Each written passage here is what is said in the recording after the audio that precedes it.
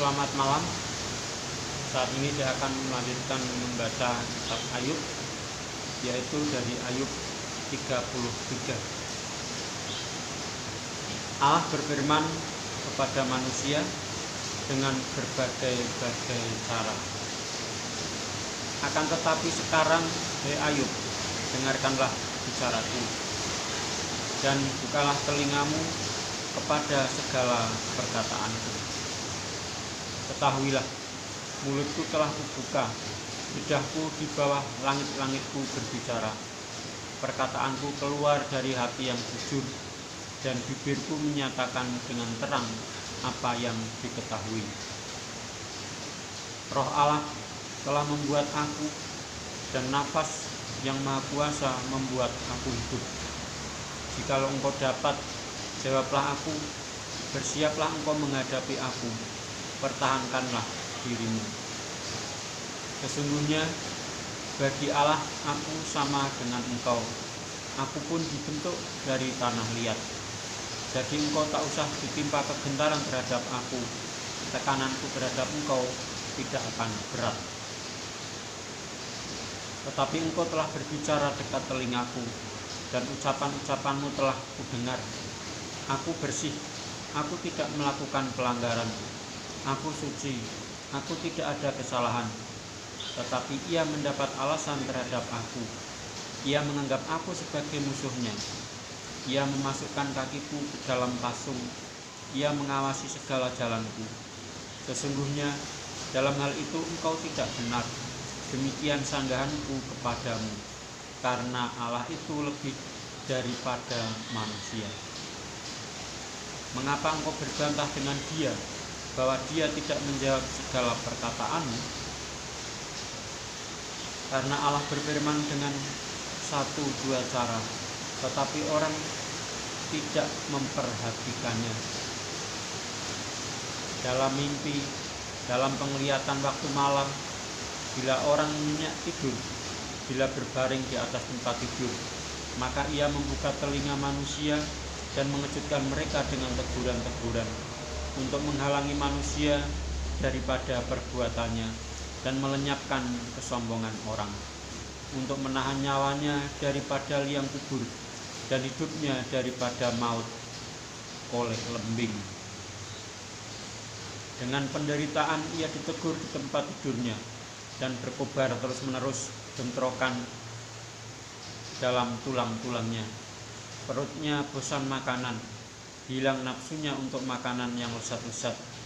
Susutlah dagingnya sehingga tidak kelihatan lagi. Tulang-tulangnya yang mula-mula tidak tampak menonjol keluar, sampai nyawanya menghampiri liang kubur, dan hidupnya mendekati mereka yang membawa maut. Jikalau di sampingnya ada malaikat penengah, 1 di antara 1000, untuk menyatakan jalan yang benar kepada manusia, maka ia akan mengasihaninya dengan berfirman, lepaskan dia, supaya jangan ia turun ke liang kubur. Uang tebusan telah kuperoleh. Tubuhnya mengalami kesegaran seorang pemuda. Ia seperti pada masa mudanya. Ia berdoa kepada Allah, dan Allah berkenan menerimanya. Ia akan memandang wajahnya dengan bersorak-sorai, dan Allah mengembalikan kebenaran kepada manusia. Ia akan bernyanyi di depan orang, aku telah berbuat dosa, dan yang lurus telah kubengkokkan. Tetapi hal itu tidak dibalaskan kepadaku. Ia telah membebaskan nyawaku dari jalan ke liang kubur, dan hidupku akan melihat terang. Sesungguhnya semuanya ini dilakukan Allah 2-3 kali terhadap manusia, mengembalikan nyawanya dari liang kubur, sehingga ia diterangi oleh cahaya hidup. Perhatikanlah hai Ayub, dengarkanlah aku, diamlah, akulah yang berbicara. Jikalau ada yang hendak kau katakan, jawablah aku. Berkatalah, karena aku rela membenarkan engkau. Jikalau tidak, hendaklah engkau mendengarkan aku. Diamlah, aku hendak mengajarkan hikmat kepadamu. Saya lanjutkan dengan membaca Ayub 34. Allah tidak berlaku curang. Maka berbicaralah Elihu, dengarkanlah perkataanku, kamu orang-orang yang mempunyai hikmat. Berilah telinga kepadaku, kamu orang-orang yang berakal budi. Karena telinga itu menguji kata-kata, seperti langit-langit mencecap makanan. Biarlah kita memutuskan bagi kita sendiri apa yang adil, menentukan bersama-sama apa yang baik. Karena Ayub berkata, aku benar, tetapi Allah mengambil hakku. Kendati aku mempunyai hak, aku dianggap berdusta. Sekalipun aku tidak melakukan pelanggaran, lukaku tidak dapat sembuh lagi. Siapakah seperti Ayub yang minum hujatan terhadap Allah seperti air, yang mencari persekutuan dengan orang-orang yang melakukan kejahatan dan bergaul dengan orang-orang fasik? Karena ia telah berkata, tidak berguna bagi manusia kalau ia dikenan Allah. Oleh sebab itu, kamu orang-orang yang berakal budi, dengarkanlah aku. Jauhlah daripada Allah untuk melakukan kefasikan, dan daripada yang Maha Kuasa untuk berbuat curang. Malah ia mengganjar manusia sesuai perbuatannya, dan membuat setiap orang mengalami sesuai kelakuannya. Sungguh, Allah tidak berlaku curang, yang Maha Kuasa tidak membengkokkan keadilan. Siapa mempercayakan bumi kepadanya? Siapa membebankan alam semesta kepadanya? Jikalau ia menarik kembali rohnya dan mengembalikan nafasnya padanya, maka binasalah bersama-sama segala yang hidup, dan kembalilah manusia kepada debu. Jikalau engkau berakal budi, dengarkanlah ini, pasanglah telinga kepada apa yang kuucapkan. Dapatkah membenci keadilan? Saya ulangi, dapatkah pembenci keadilan memegang kekuasaan? Dan apakah engkau mau mempersalahkan Dia yang adil dan perkasa? Dia yang berfirman kepada raja, hai orang Dursila, kepada para bangsawan, hai orang fasik. Dia yang tidak memihak kepada para pembesar, dan tidak mengutamakan orang yang terkemuka daripada orang kecil, karena mereka sekalian adalah buatan tangannya. Dalam sekejap mata mereka mati, ya pada tengah malam orang dikejutkan dan binasa. Mereka yang perkasa dilenyapkan bukan oleh tangan orang, karena matanya mengawasi jalan manusia, dan ia melihat segala langkahnya. Tidak ada kegelapan ataupun kelam kabut, di mana orang-orang yang melakukan kejahatan dapat bersembunyi. Karena bagi manusia, ia tidak menentukan waktu untuk datang menghadap Allah supaya diadili. Orang-orang yang perkasa diremukkannya dengan tidak diperiksa, dan orang-orang lain diangkatnya ganti mereka. Jadi ia mengetahui perbuatan mereka dan menggulingkan mereka di waktu malam, sehingga mereka hancur lebur. Mereka ditamparnya karena kefasikan mereka dengan dilihat orang banyak, karena mereka meninggalkannya dan tidak mengindahkan satupun daripada jalannya, sehingga mereka menyebabkan jeritan orang miskin naik ke hadapannya, dan ia mendengar jeritan orang sengsara. Kalau dia berdiam diri, siapa akan menjatuhkan hukuman? Kalau dia menyembunyikan wajahnya, siapa akan melihat dia? Baik itu sesuatu bangsa atau orang seorang, supaya jangan menjadi raja orang fasik, yang adalah jerat bagi orang banyak. Tetapi kalau seseorang berkata kepada Allah, aku telah menyombongkan diri, tetapi aku tidak akan lagi berbuat jahat. Apa yang tidak ku mengerti, ajarkanlah kepadaku. Jikalau aku telah berbuat curang, maka aku tidak akan berbuat lagi. Menurut hematmu, apakah Allah harus melakukan pembalasan karena engkau yang menolak? Jadi engkau jugalah yang harus memutuskan, bukan aku. Katakanlah apa yang engkau tahu.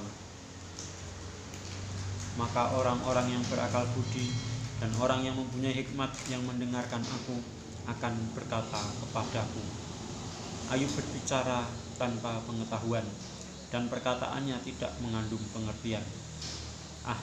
Kiranya Ayub diuji terus-menerus, karena ia menjawab seperti orang-orang jahat. Karena ia menambahkan dosanya dengan pelanggaran, ia mengepalkan tangan di antara kami, dan banyak bicara terhadap Allah. Saya lanjutkan dengan membaca Ayub 35. Allah memperhatikan penderitaan manusia. Maka berbicaralah Elihu, inikah yang kau anggap adil dan yang kau sebut kebenaranku di hadapan Allah? Kalau engkau bertanya, apakah gunanya bagiku? Apakah kelebihanku bila aku berbuat dosa? Akulah yang akan memberi jawab kepadamu dan kepada sahabat-sahabatmu bersama-sama dengan engkau. Arahkan pandanganmu ke langit dan lihatlah, perhatikanlah awan-awan yang lebih tinggi daripadamu. Jikalau engkau berbuat dosa, apa yang akan kau lakukan terhadap dia? Kalau pelanggaranmu banyak, apa yang kau buat terhadap dia? Jikalau engkau benar, apakah yang kau berikan kepada dia? Atau apakah yang diterimanya dari tanganmu? Hanya orang seperti engkau yang dirugikan oleh kefasikanmu, dan hanya anak manusia yang diuntungkan oleh kebenaranmu. Orang menjerit oleh karena banyaknya penindasan, berteriak minta tolong oleh karena kekerasan orang-orang yang berkuasa. Tetapi orang tidak bertanya, di mana Allah yang membuat aku dan yang memberi nyanyian pujian di waktu malam, yang memberi kita akal budi melebihi binatang di bumi dan hikmat melebihi burung di udara? Ketika itu orang menjerit, tetapi ia tidak menjawab, oleh karena kecongkaan orang-orang jahat. Sungguh, teriakan yang kosong tidak didengar Allah dan tidak dihiraukan oleh Yang Maha Kuasa. Lebih-lebih lagi kalau engkau berkata bahwa engkau tidak melihat dia, bahwa perkaramu sudah diadukan ke hadapannya, tetapi masih juga engkau menanti-nantikan dia. Tetapi sekarang, karena murkanya tidak menghukum dan ia tidak terlalu mempedulikan pelanggaran, maka Ayub berbesar mulut dengan sia-sia, banyak bicara tanpa pengertian. Saya lanjutkan dengan membaca Ayub 36. Tujuan sengsara ialah pertobatan. Berkatalah Elihu selanjutnya, bersabarlah sebentar, aku akan mengajar engkau, karena masih ada yang hendak kukatakan demi Allah.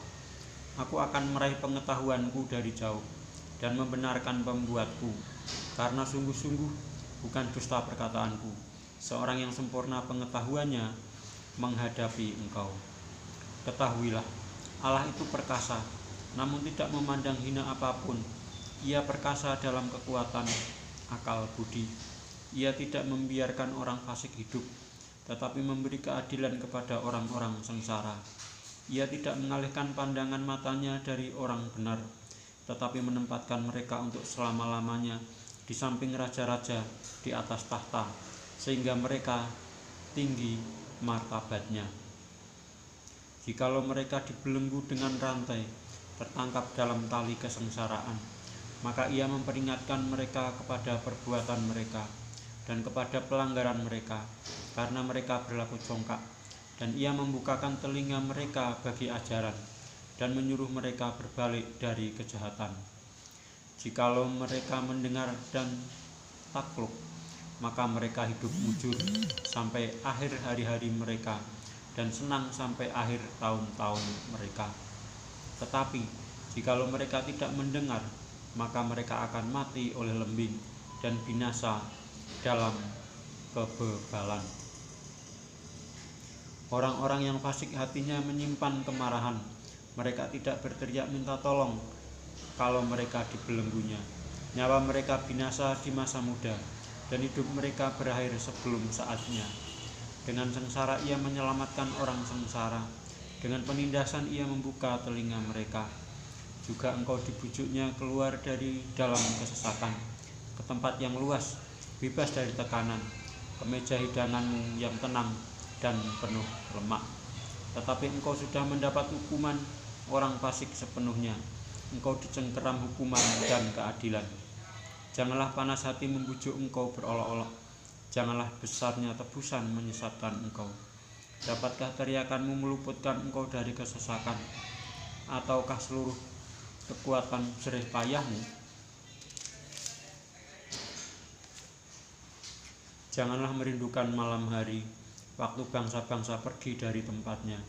Jagalah dirimu, janganlah berpaling kepada kejahatan, karena itulah sebabnya engkau dicobai oleh sengsara. Sesungguhnya Allah itu mulia di dalam kekuasaannya. Siapakah guru seperti Dia?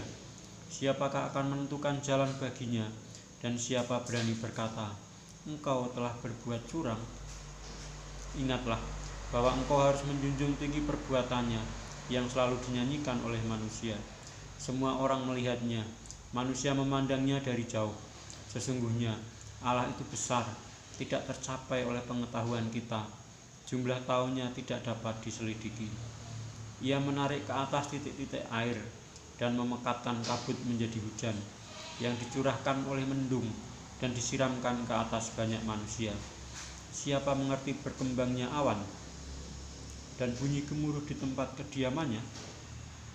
Sesungguhnya ia mengembangkan terangnya di sekelilingnya dan menudungi dasar laut.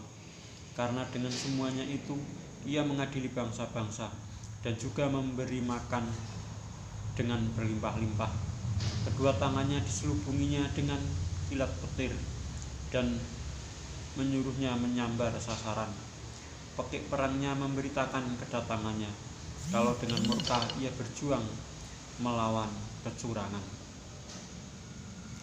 Demikianlah saya telah membaca sampai dengan Ayub 36, dan saya akan melanjutkan membaca Ayub 37, yaitu tentang kemuliaan Allah di alam semesta pada kesempatan yang akan datang. Sekian, terima kasih.